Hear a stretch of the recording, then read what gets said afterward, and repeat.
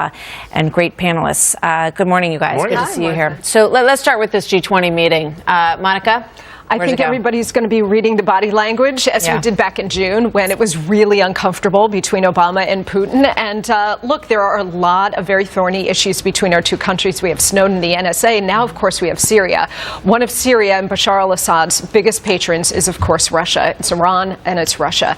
And, of course, Putin is protecting his client state. He's protecting Bashar al-Assad. So the conversation is going to be very thorny indeed. And, of course, remember that the Russians are leading the charge in the UN Security Council against, against any kind of military And strike. yesterday Putin said, well, you couldn't possibly do something like this without some coalition backing, and of course you would need the United Nations, which of course he knows he has a veto vote on as a member of the Security Council. And the really sad thing from my point of view as an American first is that the United States is losing prestige and influence around the world, and the Russians are winning. Let's be clear. Monica's analysis is exactly right, and what I'm looking to see is, can our president finally show leadership and make the moral, political, and strategic case for why we need to go forward with the operation in Syria? I think he has to and he needs to, but it remains to be seen. Yeah, I mean, we had Peter King on a moment ago, and he basically said, look, I'm out here in favor of this thing, but the president is making my job, Peter King said,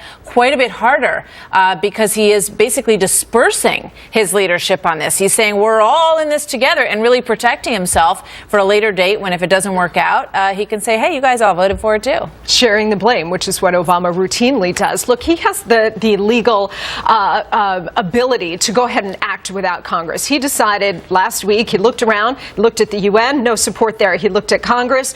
They hadn't checked in on Syria yet. He looked at the Arab League, no support there for any strike. And he realized he was out there completely alone on Syria, and he didn't like it one bit. Yeah. So he kicked the can to the Congress.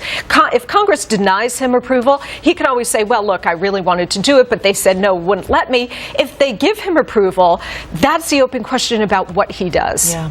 I want to go back to this O'Reilly talking points memo that really set off a firestorm of controversy about this whole discussion the other night, as he slammed conservatives that oppose military action in Syria, saying that disliking President Obama is no reason to risk the U.S. losing international respect. That's his perspective on this, and here's a piece of that from Tuesday night. Watch. Back home, we now have many conservative people willing to give Assad a pass because they don't trust President Obama. Ironically, it was about 10 years ago that many liberal people did not want to move against Saddam because they didn't trust President Bush. Same mindset, different ideology.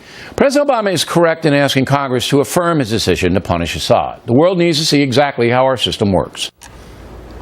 Monica, you were there. Yes. And you were one of the people who you pointed the finger at. What do you think? Yes, indeed. I love Bill O'Reilly, but I think he's completely wrong about this. First of all, to single out conservatives, I think is not right, because you have countless Democrats and liberals who are opposing this action.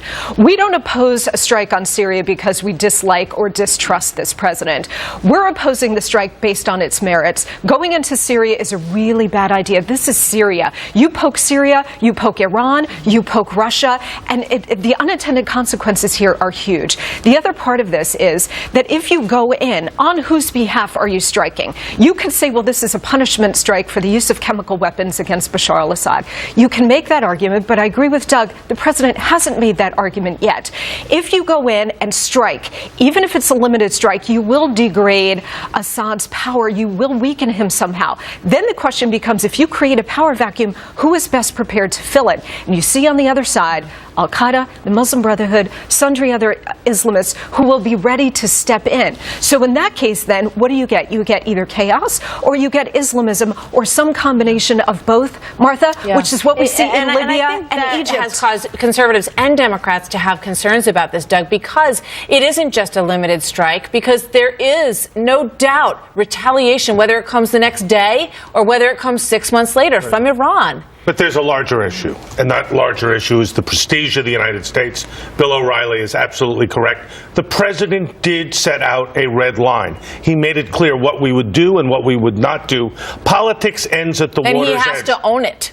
No doubt. He does own it. He needs to own it, but we're all in this together. I agree. He's playing politics, but this is a bigger issue than politics. It is about the prestige and credibility of the United States. You can't violate a treaty, have the United States say we're going to take an action, but and then stand down. There have been countless instances where chemical weapons have been used. They've been used 14 times in Syria. His own administration verified it back in June. So the question is, what has changed? What dynamic has changed so dramatically that now we have John Kerry and everybody else vehemently in very favor simple of this answer strike? to that one.